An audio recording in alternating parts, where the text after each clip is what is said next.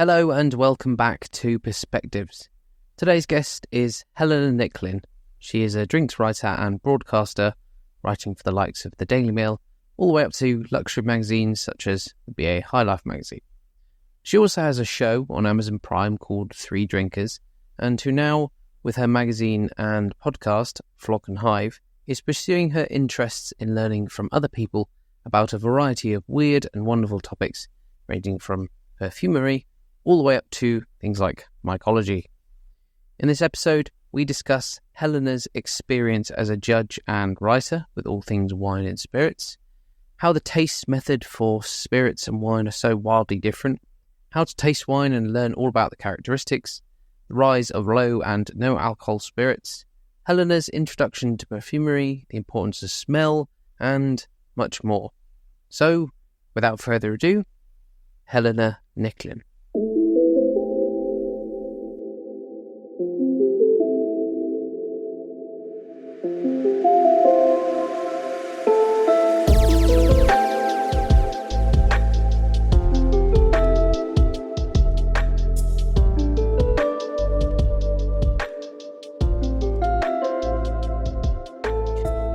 Perfect. So, Helena Nicklin, it's a pleasure to have you on Perspectives as a fellow podcaster now, as you've entered the realms of podcasting. Well, happy to be here. Thank you. You're most welcome. So, anyone who isn't familiar, I like to start with an introduction by my guest. So, if you could let us know a little bit more about who you are and what you do. Sure thing. So, I'm Helena. I'm a drinks writer and broadcaster by trade. I've been working in booze for 24 years, which makes me feel very old when I say that. And it's really varied. I write for newspapers like The Sun and the Daily Mail, but also all the way up to like BA High Life, the luxury wines, very expensive wines and all that sort of thing. And that's been a glorious career, very boozy. But nowadays I am growing my own lifestyle side of things, which is a magazine and a podcast called Flock and Hive, in an attempt to move a little away from purely being all about alcohol, and using that as an excuse to ask the questions I've always wanted to ask about life, and just to keep learning, because that's what it's all about. 100%. And that's pretty much why I started the podcast. It was the curiosity of the questions I had about topics I wanted to know answers about, or dive into it a little bit more. So being around booze and wine for that many years sounds like a dream job to a few, but how did you get into it? What was the sort of start of your journey into getting into the whole writing and the wine industry and the booze industry, essentially? Well, it certainly wasn't anything that was presented to you at school, was it?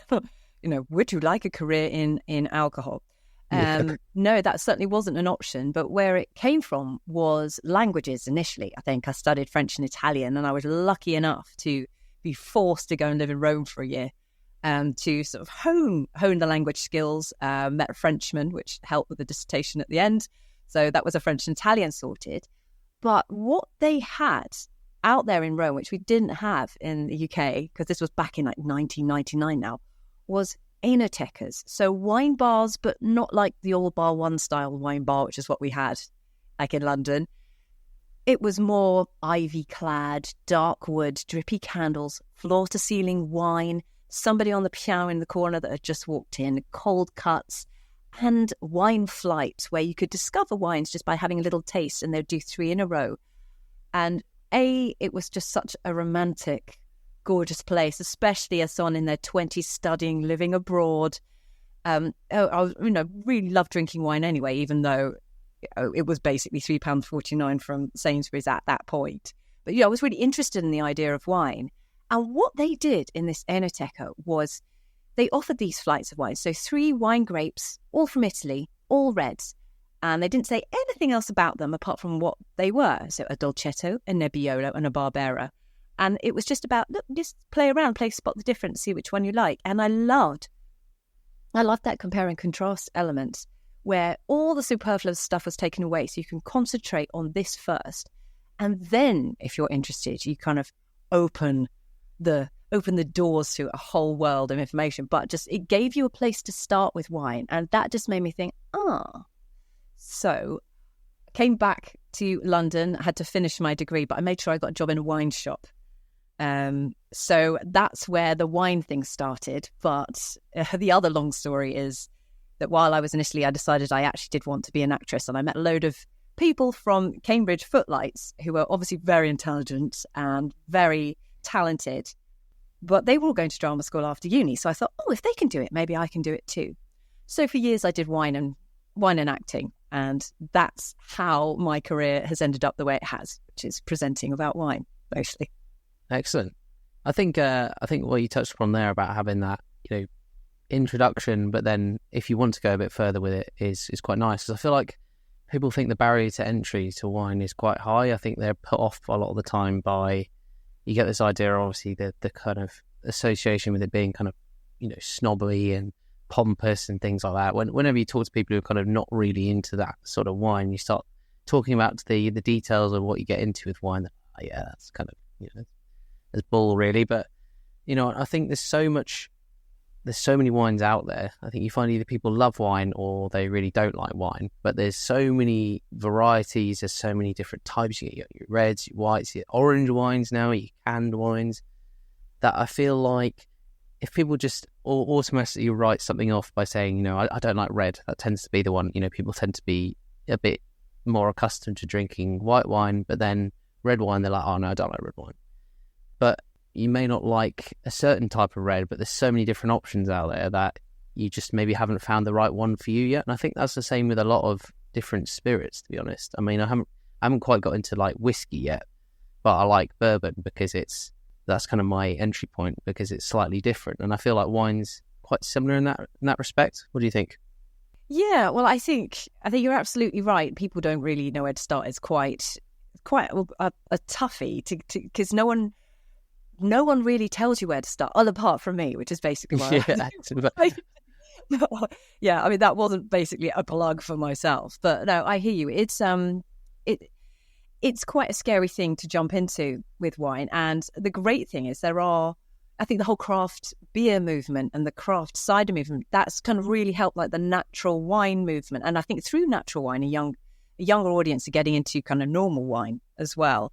And it's just, all it takes is a couple of communicators who can genuinely de-snobify it, just to show that, yeah, it's a hugely sexy subject, but and it's just about knowing where to start with it, rather than trying to lift the bonnet on a car and trying to work out what's going on. Just decide you like it, you like the red one, you like the green one. Okay, now what are the differences between those two? And then let's lift the bonnet. Yeah. Because, with wine education, it's often how a wine is made. That's where people start, and there is no frame of reference, and that's a boring place to start, quite frankly. People want to know, as you said, how to pick wines they're going to like. Basically, they want to know what is the difference between a Pinot Noir and a Cabernet, rather than malolactic fermentation. This is what this does. This is what is responsible for texture, and this is the reason why that happens. Like, no, that comes later.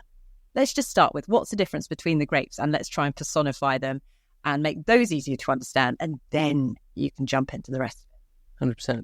100%. My partner and I, we like to play a bit of a game whenever we get wines, and I think it was kind of mainly lockdown, we kind of really started to get into wine, because I always remember my parents always used to drink wine, and I'd occasionally have a glass of Sauvignon Blanc, which is a preference of my mum's, and I always remember like she never liked Chardonnay, so I always had this idea in my head of like Chardonnay being, not particularly nice wine, until I tried a really good Chardonnay, and I was like, what are you talking about? It's so good, so different. But it all comes down to personal taste. But my partner and I had play a bit of a game where we'll try a new bottle, and we got this app on our phone where you can scan the label. So I think it's called Vivino. You can scan the label, and it's like a collation of different users who have fed back their results on what the taste profile is, and a little bit about the wine and the sort of notes they can get, the smells and the tastes, the flavours. So we like to play a game where we will get a new bottle, we'll have a sort of almost like a blind tasting, we'll have a bit each, and we'll ask each other what we can smell, how strong we think the wine is, and sort of the kind of key buzzwords we're trying to aim for, and then we compare it against what other people have said. And that's been really nice for our education, really, because when you get it right, you kind of you make that association between, oh, actually, I'm going down the right path with this, and I am starting to pick up on the certain subtleties of the flavors. But you're also learning about, okay, oh, maybe there was a smell I couldn't quite place what it was, but now that someone else has said, oh, it's like, smokiness or tobacco, you're like, oh, okay, now that's going to make sense. So I think that's quite a nice way, because it kind of gamifies our enjoyment of wine, and it makes it a learning experience at the same time, rather than just being sitting like really, it makes it fun rather than just trying to, as you say, take that boring element out of it, where you kind of study all the context of the terroir and all that sort of stuff. I love the gamifying. The thing about that, though, because my husband and I are always, we're incapable of opening a bottle of wine without going, oh, no, you've got to tell me what it is. I want the grape. I want whether it's New World or Old World. The thing is, you've drunk half a bottle of wine playing that game in about 5 minutes trying to work it out. So it's not great for the consumption element, but it is a lot of fun. Yeah, because then we automatically want to try a different bottle. Then you're like, okay, well, what about this next one? And we can see.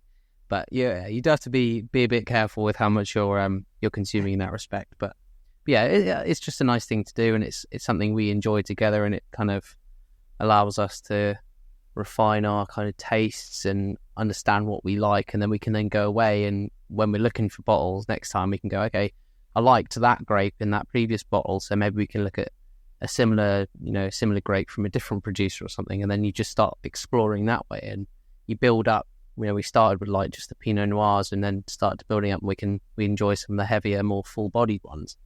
Whereas I think if people automatically jump to the full body, that's when they get put off, because it's just too overpowering, and they haven't quite developed the palate for it, so to speak.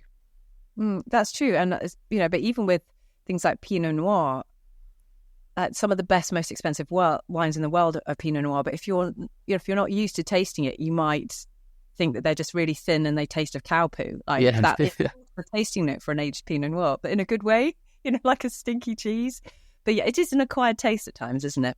Definitely. So for someone who is perhaps looking on that note to improve their experience, or at least start getting into wines a bit more, do you have any learnings or golden rules or any do's or don'ts that you would sort of advise for people if they're looking to get in and refine their taste when it comes to wine? Yeah. I think it's take it step by step, because it is a really huge, and as I said, right, very, very sexy subject, and knowing where to start is tricky. Yeah, I always say get to know personalities of the world's most famous grapes, and do tasting tours from the most famous places in the world that make them. You can just Google what those are. And just and play, compare and contrast, because it's the differences between the different wines that really teach you. You have a single wine by itself, it's like it looks like wine, smells like wine, tastes like wine. But if you have two reds next to each other, and you go, oh, okay, so this is more cherry red, whether that one's more brick red or purpley red. This one's really, it's got loads of tannin, that one hasn't. I understand what tannin means, because you've got a frame of reference. So getting to know the grapes, and once you've got a handle on that, and what New World and Old World, so essentially Europe, where they've been making wine for centuries, and the New World, which is precisely that, what differences they bring to the table. Then you can kind of lift the bonnet, as it were, on all the winemaking geeky detail, and sort of get stuck into oak barrels and lees aging and stuff like that. So great varieties, start with those. Great. Okay, perfect.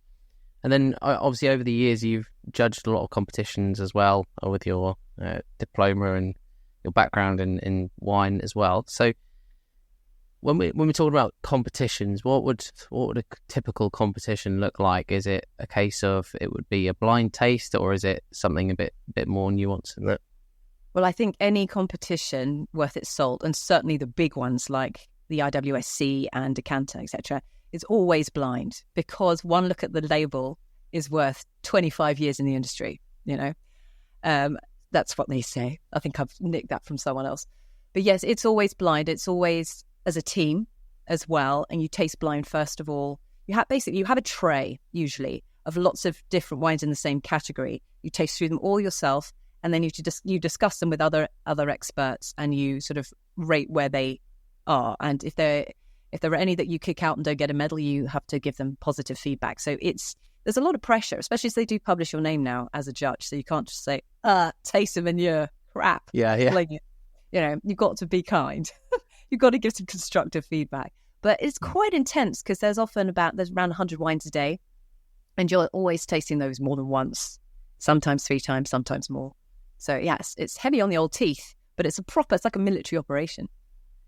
And in for example, like with fine dining, you may get like a palate cleanser between palates, between like tastings. Is there anything similar for wine where you'd have anything you'd use to kind of wash your mouth out a little bit, so you're not got the taste of the previous wine, so it doesn't skew your taste of the next one? Yeah, I mean, well, everyone kind of has their own thing, but generally we're just, we never drink so much water as when you're judging. I get through liters of the stuff. Yeah, I mean, between every wine, I rinse with water, and then if there's lots of tannin going on, just really plain water crack is the wine thing, really, because you don't want anything with any flavour at all.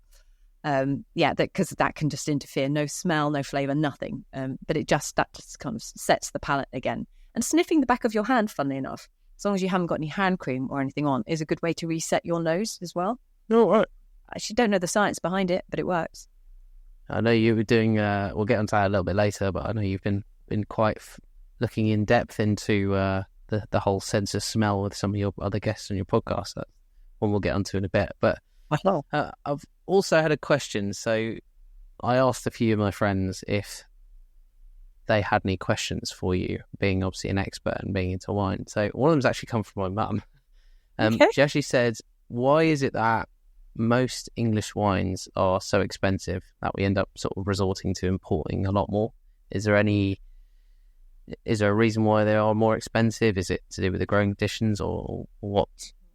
I imagine she's talking specifically about we're making a lot of sparkling wine these days in a champagne style. So just as a start, making wine in that style is expensive because these days we're using premium grapes. We're using the champagne grapes, Chardonnay, Pinot Noir, and sometimes a bit of Meunier as well.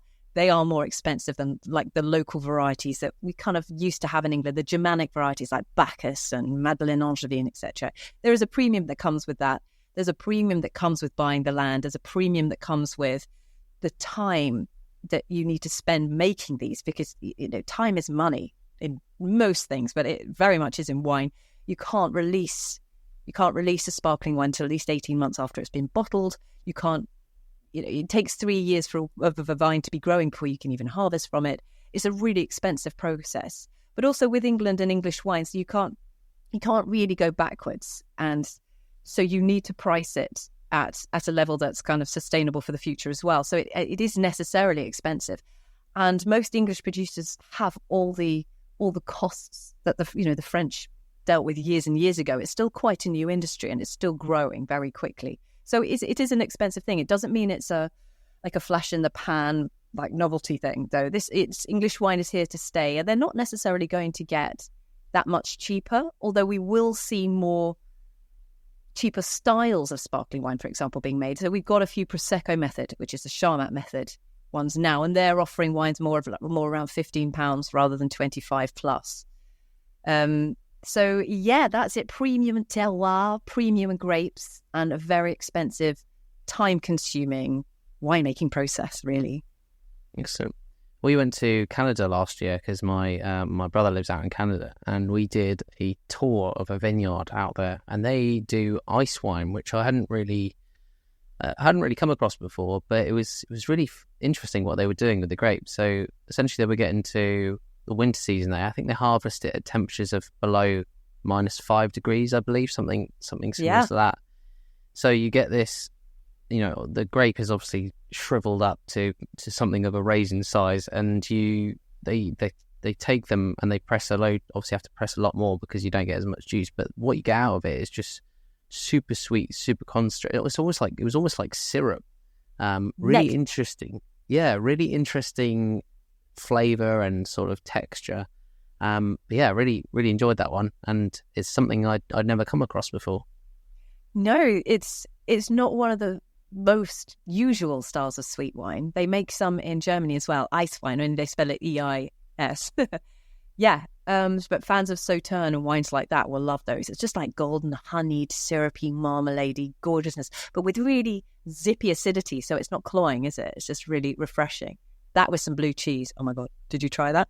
I didn't, not with the blue cheese, but we did. It was quite cool. They had a freezer essentially, and they had loads of ice sculptures, and the whole bar was made out of ice. So just generally a really, really cool experience overall to go and see that. So God, I'd love to see that. I've never been out there. I'll have to send you some pictures. It was interesting, really interesting. So I wanted to ask about spirits as well. So I know you're predominantly into the wine element, but you mentioned spirits there. I know you've got a TV program as well on Amazon Prime called Three Drinkers, and you've done one in Ireland and one in sort of cognac as well. How does spirits tasting differ from wine? There's some nuances when it comes to that sort of stuff, or is it a really stark contrast between the two? It's quite different, yes. I mean, spirits, you can't really slurp and swirl around your mouth because, wow, the burn would be insane. Yeah, you take a much gentler approach with spirits. There's a lot in the nose, really. So, I mean, I know people do it differently. Yes, you approach it very gently. We had a beautiful professor. Well, he wasn't a professor, actually. He was actually the master distiller of Dalmore, Richard Patterson, of course, absolute legend. He's about to retire, but he is responsible for some of the finest Scotch whiskies in the world. But he taught us in our WSET diploma when we got to Scotch, and he said it was all about sort of first of all saying hello. So just a very quick I've seen the video. How actually. are you? Yeah. And it's just like the first one, it just really don't get too close. Don't stick your nose in because that alcohol is just going to go straight to the bag and kill your nose immediately. So you really, really gently. You always taste it neat first, I think. You should, anyway. Taste it, so smell first and then a really gentle sip first. So you're not swilling it around your mouth like you would with wine. And then breathing out because there's a lot of it on the finish that you get with Scotch. And then I personally would do it again with a tiny drop of water because that just changes the chemical structure in a way that I don't really understand. But what it does is that it cuts the alcohol burn and it just kind of opens up the flavours a little bit more. And so, yeah, it's much more gentle, shall we say, needfully so. It's interesting you say about that because I've actually seen that video go around. It's going around on social media quite a bit, and he's sort of talking to it and going, "Oh, hello, how are you? Quite well, thank you very much." It's just quite an enjoyable video to watch. So, I personally am not really into the whiskies. I've never quite been able to get over that burning sensation. So I suppose it goes for wine as well. But at what point? Is it just a case of you just keep trying stuff periodically until you realise you can start to develop this sort of palate for these sorts of spirits and wines? Or is it something that you think you can just kind of train yourself to do? Is it a case of you just can keep going back to it bit by bit and then eventually your palate will change? Or is it kind of like, okay, once I get to 2 years' time, then my palate might switch up completely? Because we all know palates change and develop that way. That's a really good question because I do think it is quite different. And for me personally, Scotch and whiskey and cognac spirits basically came quite a bit later after wine. I've been doing wine for years. Wine is a really sociable thing. You can be drinking it without necessarily thinking about it, and I think it's much easier to wrap your head around and to get started with it. Whiskey, I found that the times I've become, spirits generally, become most passionate is when I've been there. So shooting the shows, which I was so lucky to do. So our first Three Drinkers was in Scotland. And you really get to spend time with the master distillers to understand them, to be in the place where the cereals are grown and to understand the water. And it's being taken through those by someone who really knows what they're talking about and has the capability, like Dr. Bill Lumsden from Glenmorangie, for example. He's also a wine lover. He also loves perfume. And you can tell, but just the way he describes things and the nuances between all of them, it's being there on site with something like Scotch is just the most incredible thing. And ditto, with Richard again at Dalmore, completely different experience again. But yeah, it's being there on the site, I think really, really helps. So if you can get to a place that you want to know about, so go to Scotland if you're into Scotch, go to cognac if you're into cognac, because cognac really doesn't have a great reputation, although it's rising up thanks to the bartending community. But in terms of the spirit itself, there are so many different kinds, and it's so nuanced, and it's such a lovely thing to know about as well, and to learn how to drink it. So it's not just for mixing, and it's something that you can sip slowly over time, which is very different from just a glug-glug drinking wine experience. Yeah. I don't think there's many drinks that you could do that where you can just savour it, especially when you come into the realms of like cocktails as well, because they just go down like squash a lot of the time. If you get a good one and an enjoyable one, then a few of those down, you realise you're in a bit of trouble. But it's definitely given me more of a inkling to go and try these things again. I've got this brandy that's sitting in the deep dark depths of the cupboard alongside some other random spirit that I don't really know the name of, but it is interesting to just try the different things and refine it that way. I think. But also, geography. Sorry, no, go on. It's a way into geography. It's a way into anthropology. It's a way into culture and history. I mean, there's just so much more to it usually than being a drink, and that's why things like Scotch and cognac are so fascinating. Things that go back like thousands and thousands of years. It's not just the experience of what you're tasting; it's everything you're learning with it. I think that's applicable to a lot of things as well. I quite enjoy a cigar of an occasion. Yeah. And I went down into Davidoff in London. I don't know if you've ever been in, but Jermyn Street. There's a shop called Davidoff, and there's a father and son, so the Sahakians that run it. And just to hear their passion about how they talk about the cigars, and again, we're going into the realms of sounding pretentious again, but you just learn a bit more about, he picked out a cigar for me, and he was, I was asking him about, what are you looking for when you're picking out a certain cigar, and he's telling me about, some of them can be a little bit too tightly wrapped, so the draw's not as good, and you get all different strengths. You can get lighter cigars, you can get shorter ones that don't burn as long, or if you want to really allocate some time for yourself, you can have ones that burn for sort of 40, 50 minutes. A little bit more full-bodied, you can have them with a coffee, an espresso, or you have them with like a cognac or something similar, and it's just... And I think I was talking to a friend about this because we were talking about all things from fragrance through to, watches and cigars, and even we got into the topic of shaving, so a lot of random different topics. But he kind of put it quite succinctly,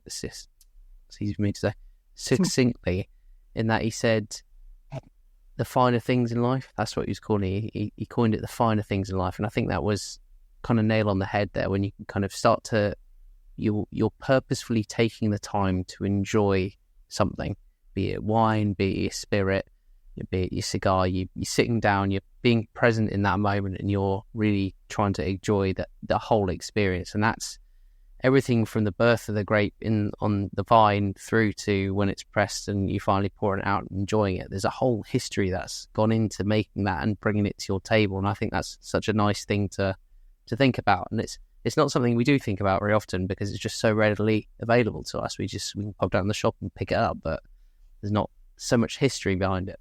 You should get him on. I mean, I want to get him on my podcast. I want to know about that. I don't even smoke cigars, but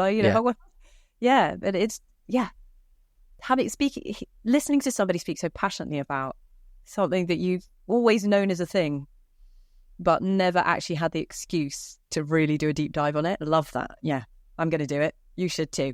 Yeah, I'll get him on. I'm trying to do a bit more on the YouTube now, so maybe it'll be a walk around one because that'll probably be a bit more informative, I think.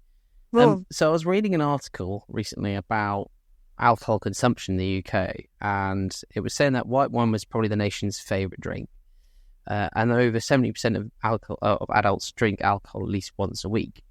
But I've also noticed there's been quite a large shift towards people doing sobriety now and either going completely teetotal or at least having a break from alcohol. You've got things like Sober October and Dry January and things like that. And with that, we've seen quite a big rise in the amount of non-alcoholic spirits or low alcohol versions that have become available. So I wanted to ask, firstly, have you had much exposure to any of those stuff? Does that fall within the remit of what you do? Massively. In fact, I'm trying to make it fall more into my remit because as you know, I'm trying to move away from a life that's completely all about alcohol. And this year, thankfully, there have been some amazing brands come to the fore. Lots of them launched in January during Dry Jan. I'm really interested in this area. And so I'm making it my business to find out who's out there and who's doing what. Because we've moved on, I think, from the the expensive sort of gin-alikes that aren't gin, but they're still really expensive, and really it's just pumping yourself full of sugar, to a more kind of functional alternative that doesn't really fit any other drink's gap, or space, rather. It's its own thing. And that's what I'm really, really enjoying, because I think what I need personally as someone who drinks way too much is a delicious drink that's complex, that's not packed full of sugar, that might also have some benefits to me, whether that's helping me to chill out in a natural way through nootropics and adaptogens or GABA technology, or it's just got some really good stuff in it. Yeah, it's massive. I want to know all about this stuff. Have you ever been, so obviously your exposure to a lot of alcohol doing what you're doing, has it ever been a concern for you in terms of like the longevity? And I know there's a lot of scaremongering around alcohol and its long-term effects on health, and correlation versus causation on, the health issues and ailments you can get in later life. Has that ever been a concern for you?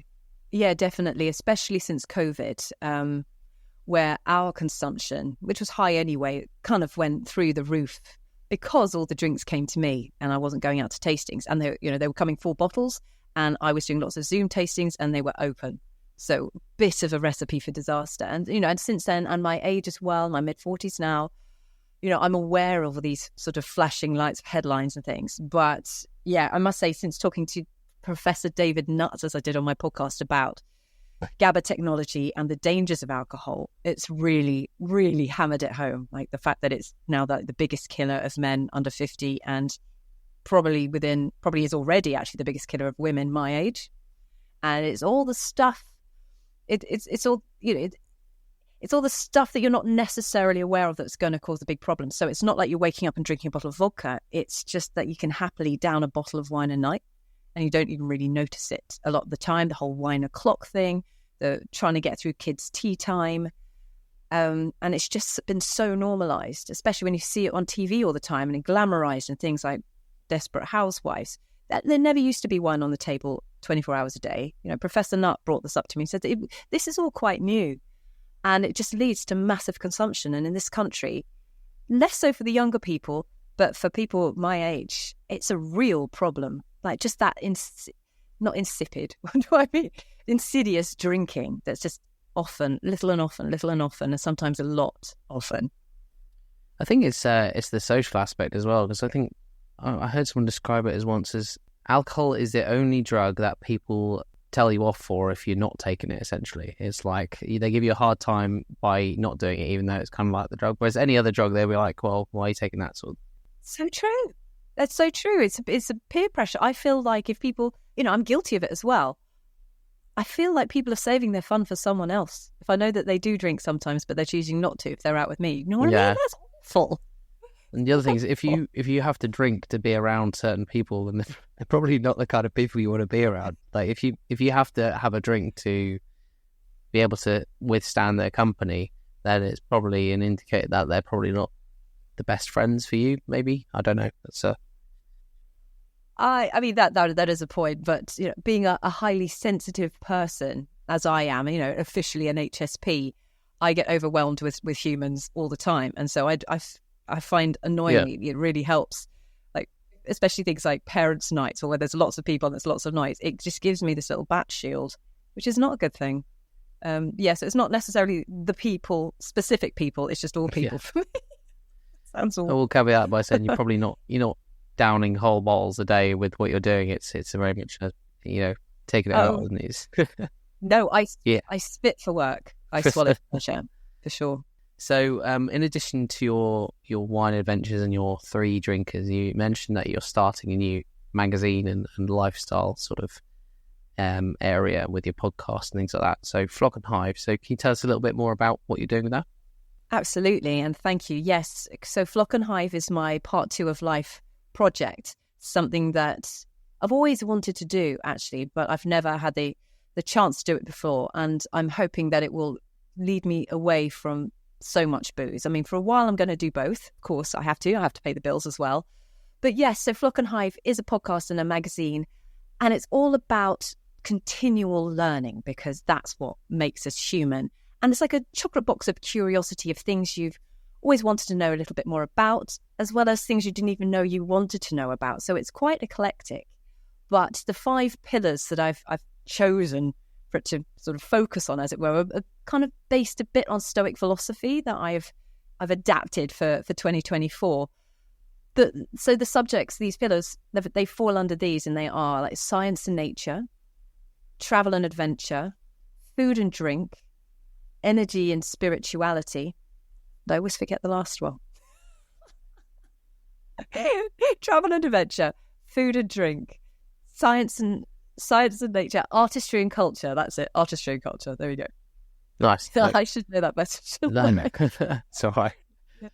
But essentially what that is, I'm asking questions about science. So I'm talking to Professor David Nutt. I'm talking to Professor Barry Smith about our senses and how they cross over. But I'm also talking to mediums about how they speak to dead people over Zoom, and perfumery masters about where to get started if you want to get into that. And this week it's going to all be about bees and things that you never knew about bees, but you need to know, for example. So very eclectic. Nice. Sounds like a one-stop shop for anything you need to know relating to anything, essentially. Yes, being human. Yeah. I saw you had some quite interesting guests on, and you mentioned earlier about the perfumery there, and then there was one around anosmia. So that was the partial or full loss of smell, and it was really interesting to hear like how much we take for granted about how much our smell contributes to everything from warning of dangers of food that may be a little bit past its best, or contributing to the flavors overall. I know there was a company that was doing something quite clever with water bottles, and they had air up, that was it, like a scent disc within the water bottle. So it'd be plain water, but you would taste. I've not tried it, so I can't confirm or deny if it's any good or not. But you can taste like orange juice if you have orange as a thing, which I think's super interesting. Have you tried that air up before? I have. My children have them. They're expensive. They were a real trend in schools, actually, but it's a brilliant idea. So it's basically the kids are just drinking water, but they have the sensation that it's flavoured because of retronasal, whatever it's called, where, if you smell something, you detect it as flavour, because flavour really is 80% more or less smell anyway. That's how it works.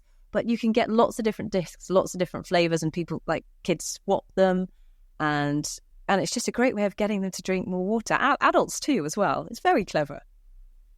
Yeah, so I've not tried it. I'll have to give it a go at some point. And then I noticed there was one about the fragrance one. So I listened to an episode with Joe Malone. I think it was the Gentleman's Journal podcast, and they had Joe Malone on. Now, obviously, Joe Malone's not owned by Joe Malone anymore, but she does her own line called Joe Loves now. But she was saying that she's got a unique sort of hypersensitive nose. So, I think this obviously comes back to wine and spirits as well. We're talking about how your nose is kind of contributes to your enjoyment and the experience you have with these spirits and wines. But she was saying she could smell something really unusual, like the backs of a dog's ears, for example. So she was able to create these scents and these perfumes that were so unique, but just because she had this hypersensitive nose that could smell things that other people couldn't. So it was like her superpower, so to speak. She has synesthesia as well, which is where your senses cross over in really bonkers ways. Only 4% of the population have that. So she has a really heightened sense of smell, but she also sees smells as colours or as sounds as well, I think. Which I see smells as colours when I've had too much to drink. I wonder if you said that to her. That's when I've had too much cognac and I'm not used to it.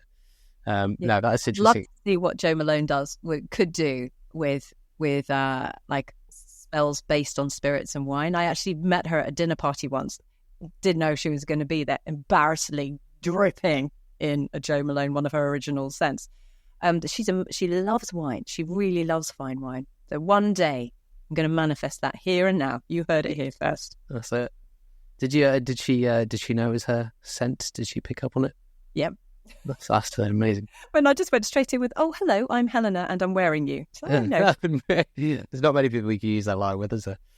No. I mean, fragrance for me is something I really enjoy as well, to be honest, because I feel like certain scents, I find fragrance very personal. So I don't often like getting bought fragrance unless it's someone who knows exactly what I like, because otherwise you end up with bottles of fragrance that you just kind of relegate to, when you trying to do something and just to get rid of it, which I think obviously defeats the purpose of A, a gift, and B, fragrance in general. And I also don't like having just reserving one for special occasions. It's nice to do that, but I feel like, scents should be quite personal to you. So I try and keep them in rotation and see. There's something I've really enjoyed about fragrances. They often evoke a sense of like a memory or something that you can relate to. So I went into a shop the other day and it just reminded me of, being on holiday on the beach or something. And it was, for my partner, it was something completely different. It reminded her of something completely different. And, it's like the scent of, say, hot chocolate, for example. Anytime I smell hot chocolate, it always reminds me of when I was younger.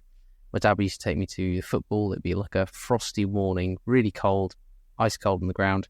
And he'd always bring a flask of hot chocolate. So anytime I just smell hot chocolate, I immediately just get transported back to this sort of wintry morning with my dad playing football. And it's just lovely. It's just some of the memories you can get that are evoked by the different scents that you encounter. What's fragrance to you, and why are you interested in fragrance? Oh gosh, I mean, I love that. I think that whole Proustian memory. It's such a gift. I think the memories that you can have through scent, and I know that with people with dementia, that's one way of reaching them, which is just such a beautiful thing. I have so many. I didn't think that fragrance was necessarily a part of my life until I started doing a perfume diplomery. A perfumery diploma. Says there's been a lot of tongue twists in this episode. Yeah, they're really hard, aren't there? Well, my interest now is very much, I want to continue to use my senses as I move away from wine, and perfumery is an amazing way of doing that because it really scratches that itch of just immersing myself in smell. But I can plot my life, as I'm sure a lot of people can, of perfumes I've had throughout my life, even from quite a young age, that I thought I'd forgotten about. But I can just sort of, you think about them, they're right back there. I can even smell them when I'm thinking of them.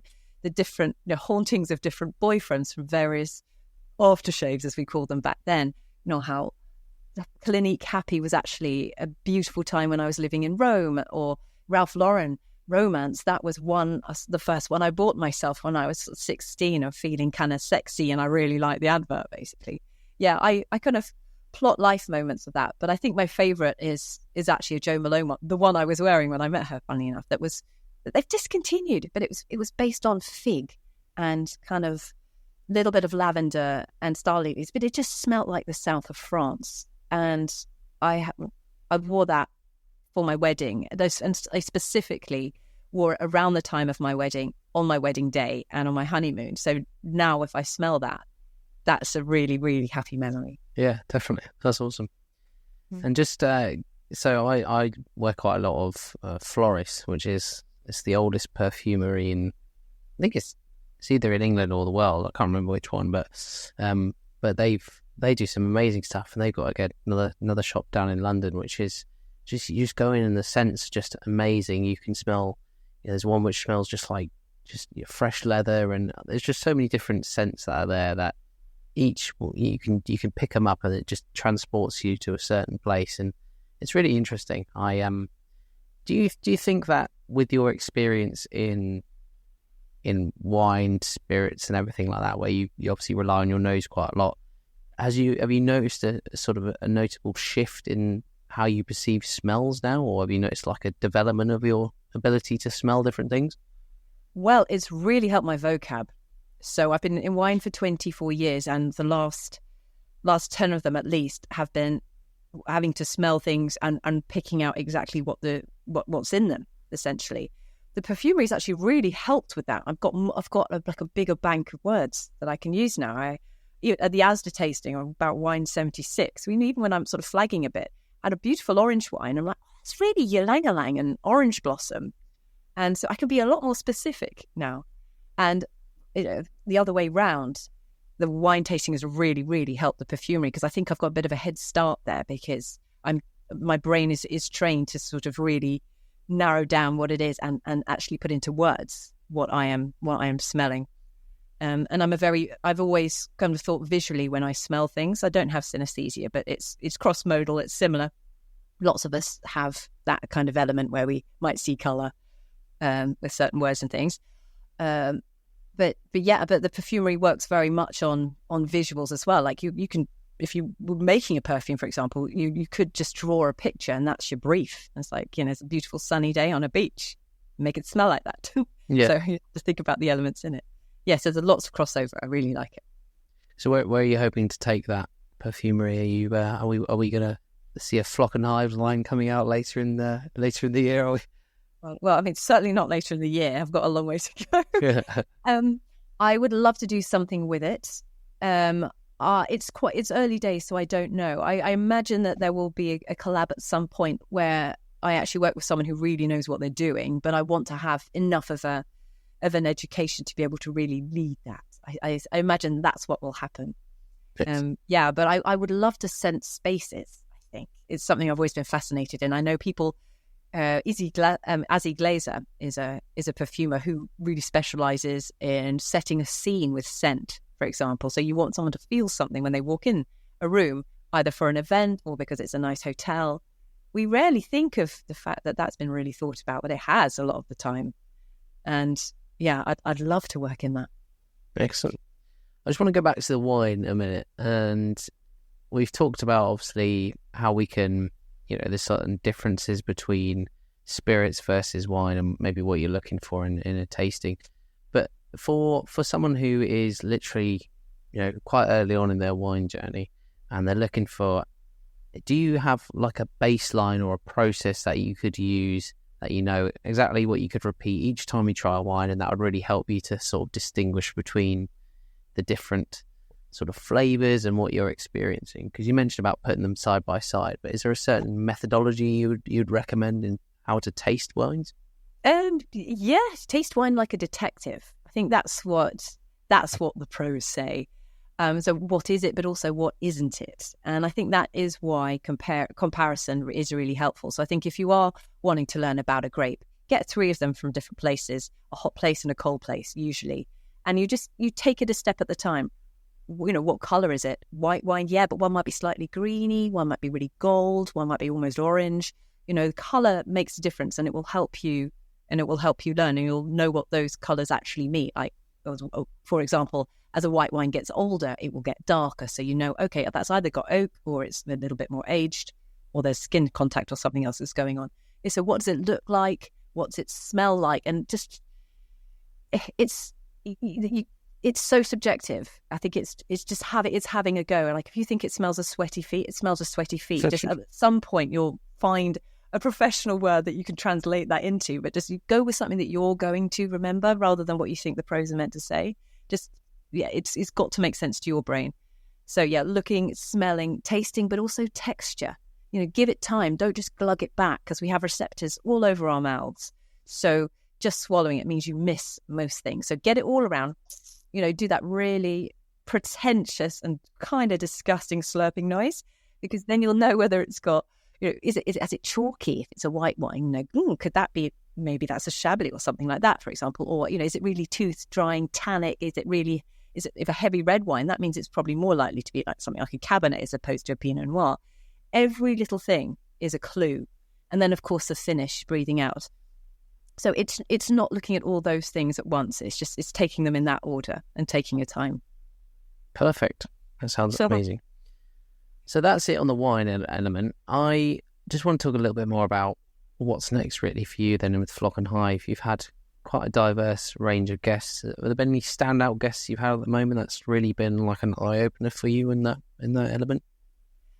All of them. I always finish just going, wow, I'm so happy I had that conversation. I've learned so much. I think in terms of what hit me hardest, David Nutt and the dangers of alcohol, given my job. And it really made me think about what I do with the wine side in the future, because I'm kind of peddling poison. So that's made me think. That one, the one on functional mushrooms with Alex Kent from Isle of Wight Mushrooms, was fascinating, because I knew it was a thing, but I wanted to know a bit more about things like lion's mane and cordyceps and reishi, and actually the incredible power of them to heal, and the reasons why we don't see them all over the place, basically because Big Pharma can't make money out of them and you can't patent a mushroom.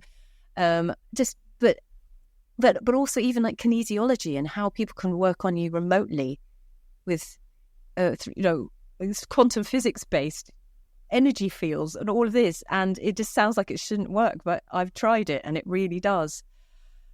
Those three particularly, I think, but all of them, I get so much personally out of every single conversation, which is why I really hope other people will do when they listen. Amazing. That sounds really good. I'm looking forward to seeing what else is coming out. So you got the podcast, got the magazine. Is it just digital at the moment, or is there going to be any physicals coming out, or is it? There's no plans for a physical paper, but if someone wants to take me on a pay for all of that, I would love to have one. Yeah. That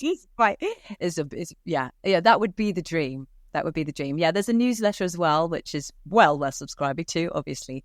Yeah, I mean, that's the plan for now, but there will be the odd product and there will be the odd event. And then hopefully, eventually, there will be a global Netflix series, but watch this space. Ooh, that's exciting. Is there any more in the pipeline for Three Drinkers, or are you kind of concluded on that now as well? We're having a break because we did 2 on the bounce and it was exhausting, essentially. There probably will be. We may do them with each other. We may do them with other people. The door is still open. I personally would love to do one on wine. I'm just going to have a bit of a think about that for now. Excellent. Perfect. So if anyone wants to find out a bit more about Flock and Hive and they want to understand a bit more about what you do and listen to the podcast, where is the best place to go? Thank you for asking. So flockandhive.com, that is the website and the e-magazine. And there's a link to the podcast on there. But the podcast is Flock and Hive Podcast. It can be found on all platforms, basically. And on socials, we are at Flock and Hive. So pretty easy to find. So you do it with your sister, don't you? I do, yeah. Yeah. That's a nice little thing to do. At least you, a nice little thing to keep the family element going as well. It's been really nice, yeah.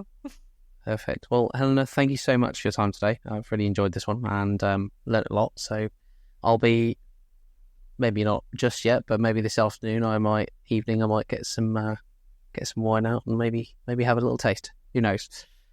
Bit rogue for a Monday, but we'll see. Not in my world. Not in your world. Having me. Thank you.